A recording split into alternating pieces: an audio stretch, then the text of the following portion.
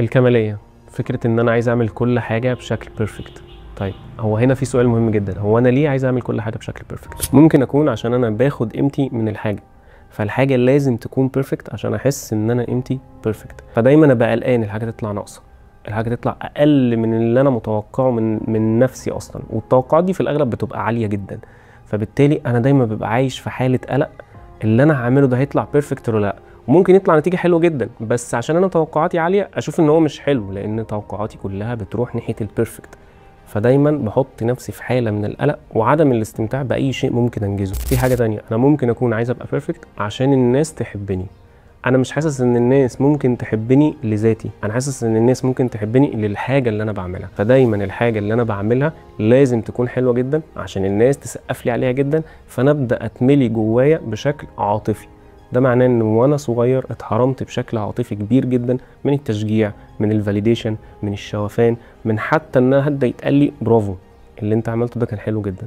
فدايما طول الوقت كنت بسعى ان انا اكون بيرفكت. او ممكن كمان ان الناس اللي انا كنت عايش معاهم وانا صغير، الاب او الام او اللي كان مسؤول عن رعايتي، كانوا دايما بيزقوني ناحيه البيرفكت، عن طريق ان هم ممكن مثلا كانوا بيقارنوني باي حد تاني، فلان عمل احسن منك، فلان جاب درجه وانت لا، فدايما كنت انا عايز ابقى بيرفكت عشان اكسب رضاهم، اكسب قبولهم. كبرت فبقيت النهارده عايز اكسب قبول الناس، عايز اكسب رضا الناس عن طريق برضو ان انا ابقى بيرفكت. وعلى فكره انت مش شرط تكون ما كنتش متشاف، انت ممكن تكون كنت متشاف قوي ومحطوط دايما في سبوت اللي هو انت مطلوب منك احسن حاجه، احنا ما نتوقعش منك اقل من كده، فكأن كده انا حطيت لك جوه مخك برضو معايير عاليه انت ما ينفعش تقل عنها، ويوم ما هتقل عنها انا ممكن ابص لك بصه اللي هو انت ما عملتش حاجه، فكأن اعمل كل حاجه بيرفكت، ولو نزلت عن البيرفكت انا كأني ما عملتش اي حاجه، فدايما محطوط في السبوت بتاع انت متوقع منك حاجه عاليه جدا ما ينفعش تقل عنها. هل ده ممكن يخليني ابقى انا شخص بعد كده في شغلي عندي زي قلق طول الوقت من الشغل يطلع اقل من المعايير اللي عندي؟ اه طبعا.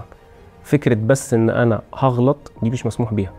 انا ما ينفعش اغلط، انا ما ينفعش اعمل حاجه اقل من اللي دماغي بتقوله لي، وكمان لو حتى الناس قالت لي اللي انت عامله ده حلو جدا مش هصدقهم، هشوف طول الوقت ان انا اللي صح وهم اللي معاييرهم اقل. ممكن اشوف ان اللي انا عملته ده هم بيسقفوا لي عليه عادي جدا، ممكن اي حد تاني يعمله، بس انا ما بفرحش نهائي بالانجاز اللي انا بعمله، لان شايف طول الوقت ان الانجاز ناقصه شيء. انت محتاج تعرف ان انت مش مطلوب منك ان انت تبقى بيرفكت، ولكن افكارك هي اللي بتزقك ان انت تكون بيرفكت، والافكار دي جايه من زمان جدا، بس الحقيقه ان مفيش حاجه بيرفكت، مفيش حاجه كامله،